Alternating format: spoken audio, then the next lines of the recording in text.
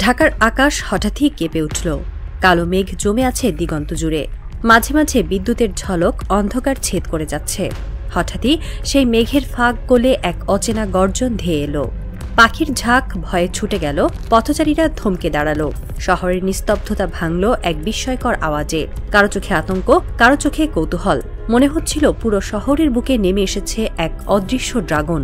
কেউ জানে না গর্জনটা কিসের, কোথা থেকে এলো এই শব্দ। রহস্যের ঘন ছায়া নেমে এলো আকাশে। মানুষের মনে প্রশ্ন, ঢাকার নীল আকাশে কি নতুন কোনো শক্তি উড়ে বেড়াচ্ছে, নাকি কেবল ভয়ের মরীচিকা? এই অচেনা প্রতিধ্বনি শুধু শব্দ নয়, এর সাথে মিশে আছে অদৃশ্য কূটনীতির আবহ।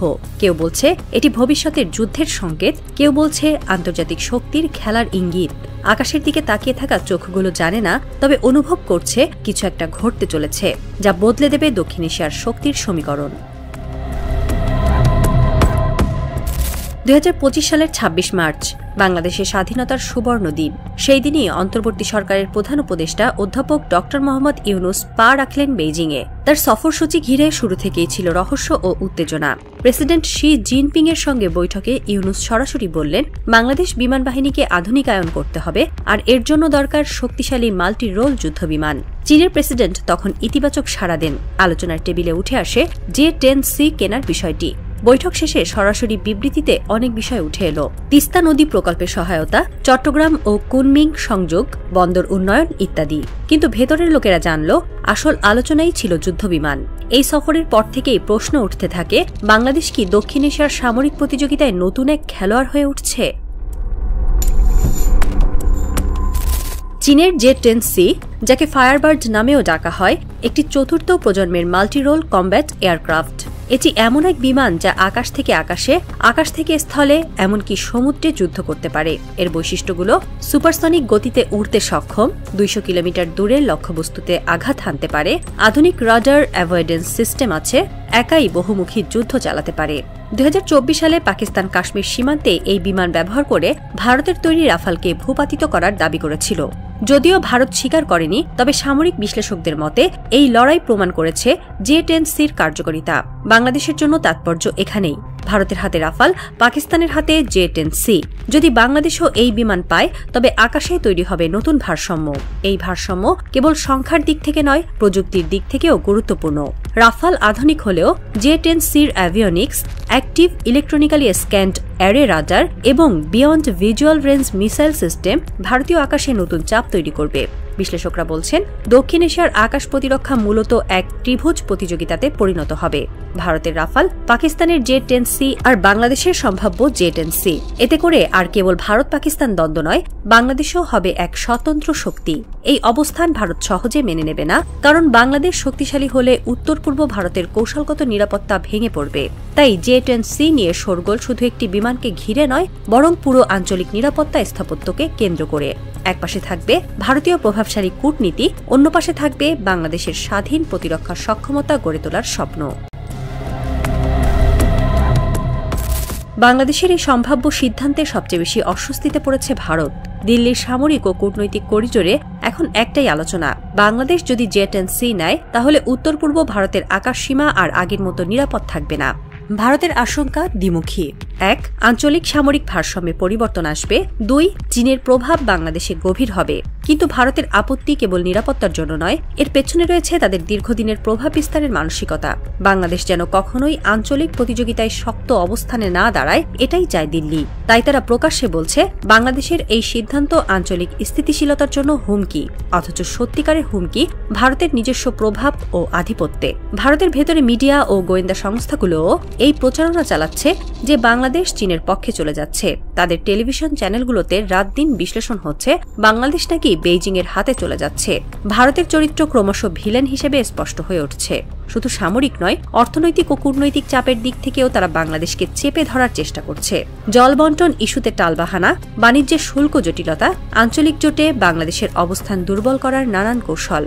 ঢাকায় সাধারণ মানুষও তা দেখছে। চায়ের দোকানে আলোচনায় শোনা যাচ্ছে, ভারত সবসময়ই চায় বাংলাদেশ দুর্বল থাকুক। সামাজিক যোগাযোগ মাধ্যমে তরুণরা লিখছে, আমাদের আকাশ আমাদের নিজেদের, কেন প্রতিবেশীর অনুমতি চাইতে হবে?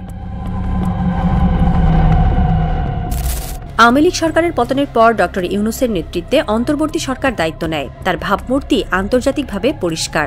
অর্থনীতিবিদ, শান্তিতে নোবেলজয়ী, কিন্তু রাজনীতিতে নতুন খেলোয়াড়। তিনি বুঝতে পেরেছেন বাংলাদেশ যদি সামরিকভাবে দুর্বল থাকে তবে আঞ্চলিক প্রতিদ্বন্দ্বিতায় হারবে। তাই বিমান বাহিনী আধুনিকায়ন এখন অগ্রাধিকার। বেইজিং সফরের ছবি, যেখানে হাসিমাখা মুখে তিনি শি জিনপিং এর পাশে দাঁড়িয়ে আছেন, তা শুধু সৌজন্যের নয়, সেটি ইঙ্গিত দিচ্ছে নতুন জোটের। ইউনূস জানেন চীনের সহায়তা নিলে অর্থনীতি ও প্রতিরক্ষা দুটোই এগোবে। প্রফেসর ইউনূসের পদক্ষেপের ধারাবাহিকতা সেনাপ্রধানের চীন সফর। বিমান বাহিনী প্রধানও ইঙ্গিত দিয়েছেন সামগ্রিক পরিকল্পনা জলের মতো পরিষ্কার। বাংলাদেশকে আকাশ প্রতিরক্ষায় পিছিয়ে রাখা যাবে না, কিন্তু এখানে ঝুঁকিও আছে। ভারত চাপ বাড়াবে। দেশের ভেতরেও ভারতপ্রেমী শক্তি প্রশ্ন তুলবে, এত ব্যয়বহুল প্রকল্পের প্রয়োজন কি? এর জবাব খুঁজে বের করাই ইউনূস সরকারের বড় challenge. Bangladesh institute of peace and security স্ট্র্যাটেজির president major general ANM Muniruzzaman বলেছেন, J-10C প্রমাণিতভাবে আধুনিক ও কার্যকর বিমান।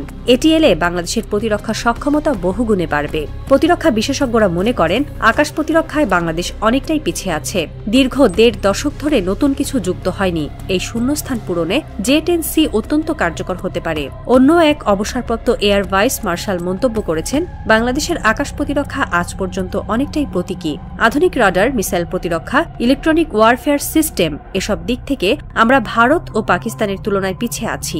J-10C শুধুমাত্র যুদ্ধবিমান নয়, এটি একটি প্ল্যাটফর্ম। এর সাথে যুক্ত হয় air two air missile, beyond visual range ক্ষমতা, ইলেকট্রনিক কাউন্টার মেজার্স। এগুলো একসাথে বাংলাদেশকে পুরো আকাশ প্রতিরক্ষা চিত্রে নতুনভাবে দাঁড় করাবে। J-10C আসা মানে শুধু একটি বিমান যোগ হওয়া নয়, এটি একটি বার্তা যে বাংলাদেশকে আর দুর্বল ভাবা যাবে না।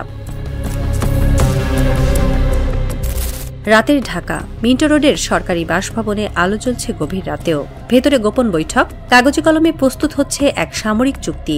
বাইরে নীরব শহর, ভেতরে অদৃশ্য হাতে লেখা হচ্ছে বাংলাদেশের ভবিষ্যৎ। আকাশে তখনও ভেসে আছে এক অচেনা শব্দের প্রতিধ্বনি। এটা কি আসলেই চীনের J-10C নাকি কেবল কল্পনার গর্জন? বৈঠকের টেবিলে একদিকে সামরিক নকশা, অন্যদিকে কূটনৈতিক বার্তা।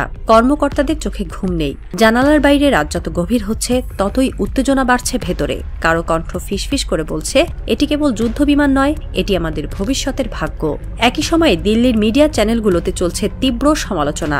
বিশ্লেষকরা চিৎকার করে বলছে, বাংলাদেশ চীনের কাছে বিক্রি হয়ে যাচ্ছে। অন্যদিকে ঢাকার সাধারণ মানুষ ফেসবুক, চায়ের দোকান আর ক্যাম্পাসে আলোচনায় মেতে উঠছে। আমাদের আকাশের জন্য কি সত্যিই আসছে নতুন ড্রাগন? সবাই উত্তর খুঁজছে, কিন্তু উত্তর এখনো নেই। বাংলাদেশ কি চীনের ড্রাগনকে নিজের আকাশে ডাকবে, নাকি প্রতিবেশী ভারতের চাপের কাছে নতি স্বীকার করবে? উত্তরটা এখনো অজানা। তবে একটি বিষয় নিশ্চিত, আকাশে যদি সত্যিই নতুন ড্রাগন ওঠে, তার প্রতিধ্বনি সীমান্ত পেরিয়ে ছড়িয়ে পড়বে বিশ্ব রাজনীতিতে। আর সেই প্রতিধ্বনি শুধু সামরিক শক্তির নয়, বরং বাংলাদেশ নামের এক উদীয়মান শক্তির ঘোষণা হয়ে উঠবে।